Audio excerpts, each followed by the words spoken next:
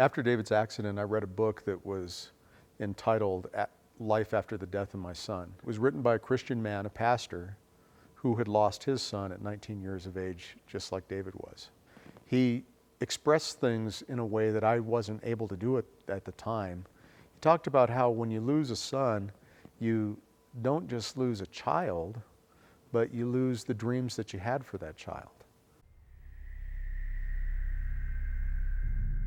Hi, my name is Stacy Colas. And I'm Ted Colas. And this is our story. February 10th, 2013 was the worst day of my life. I guess it really didn't start off being a bad day. I don't remember it that much, but I do remember that evening.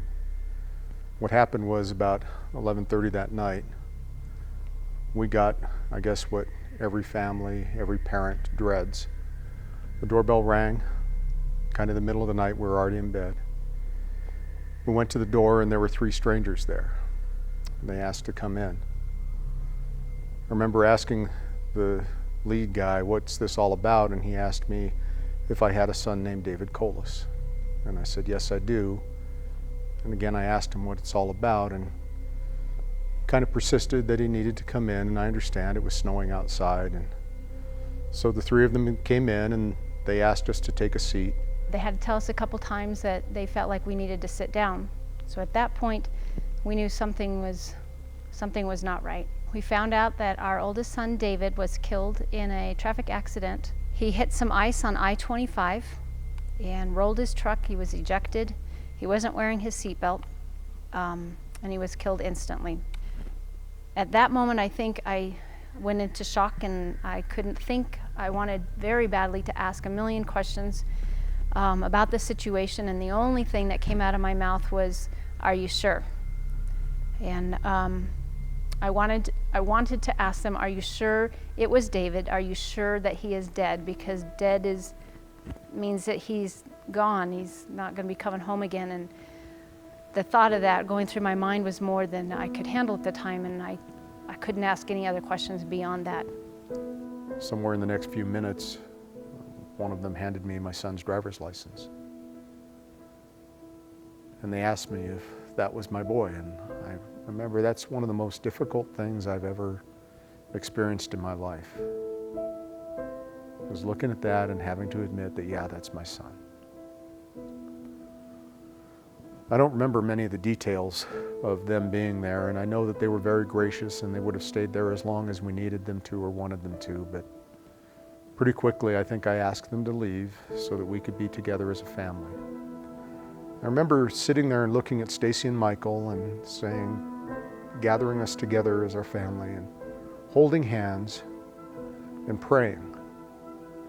And during that prayer, I remember saying to God to remind us that we still had a lot to live for.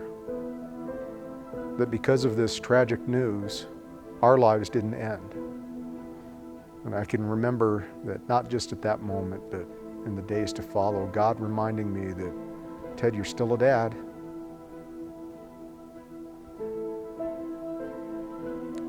You're still a husband. You're still a man that I've called to my faith. And I've still got work for you to do." The next couple days were quite a blur. I'm sure we did stuff to call people, and I'm sure people came to the house and helped us with putting things together and getting information out. And anyway, I just remember one day, shortly after that, I told Ted I needed to go for a walk. And I remember walking up to the park by our house and walking around the sidewalk and trying to figure out how come this has happened and why David got to go to heaven. To me, going to heaven is the reward. That's what we're kind of all looking forward to. And I thought, okay, whatever David was doing or thinking, that's what I need to do, because he got to go to heaven, then that's what I need to be doing. And I heard very distinctly God was telling me, no, you just need to be. And to me that meant just be myself, be real. Don't be something that you're not. He made me to be me, and he made David to be David, and we're 2 different people, and I just needed to be. I remember thinking, okay, there's 5 steps to grief I've heard about people talking about, so I wanted to quickly walk around the park and go through the 5 feelings of grief and get through this whole yucky process. And I realized then that that wasn't possible. And again, I felt like I heard God say to feel the feelings. He said to acknowledge what you're feeling and take them to Him. By God telling me that I needed to feel the feelings was probably one of the healthiest things that I did. And every time I felt anything, I would tell God about it. I've never cried so hard in my life as I did those first couple of weeks. It just hurt. I don't think any parent ever expects to live a day without one of their children. It's kind of not the natural order of things, and I wasn't ready for it, I wasn't prepared for it, and I didn't want to do it.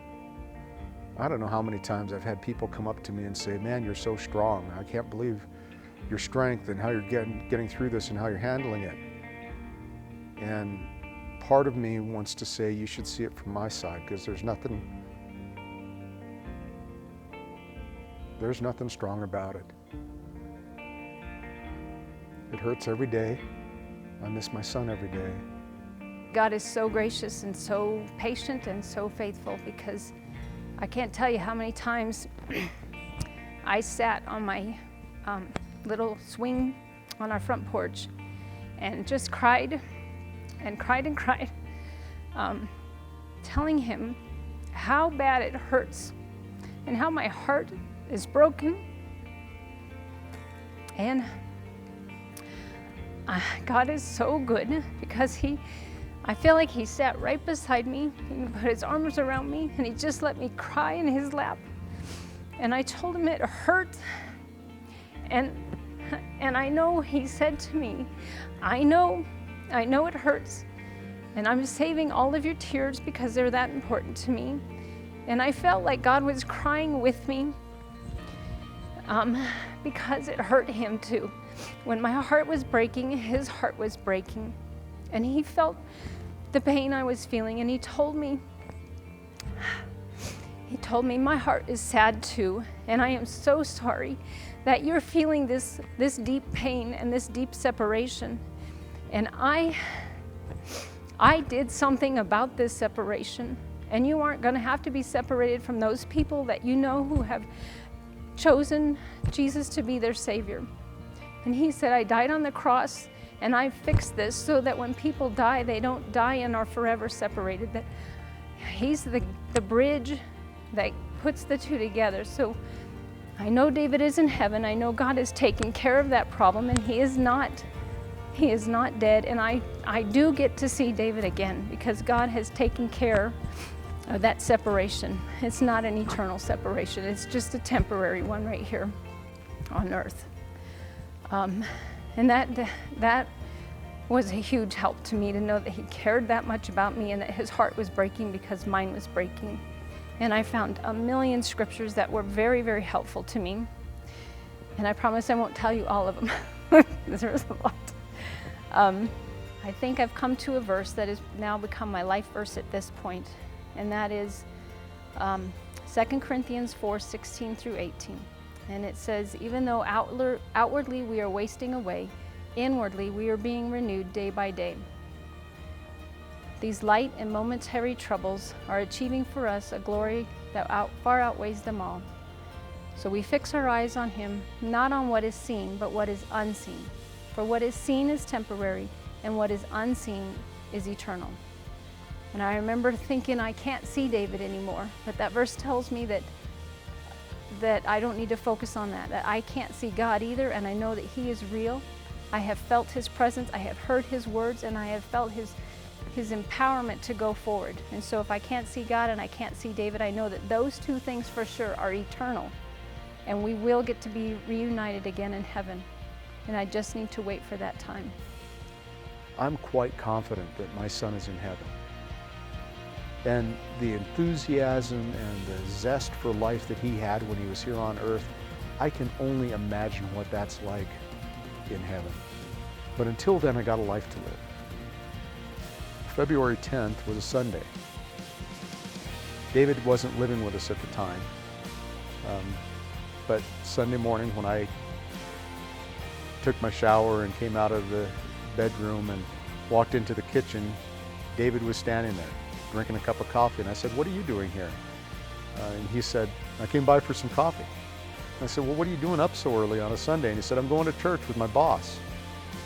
And you know, that made us all feel good when we thought about it later, that he was on his own volition, his own choice. He decided to get up and he decided to go to church. One of the neatest memories I think I have is at his service when we were all singing, we were praising God, and I just closed my eyes and I really felt like God was saying, "Look," and up in heaven, I can't see it in my eye, but in my mind's eye, I felt like heaven rolled back and Jesus was up there and we were worshiping him.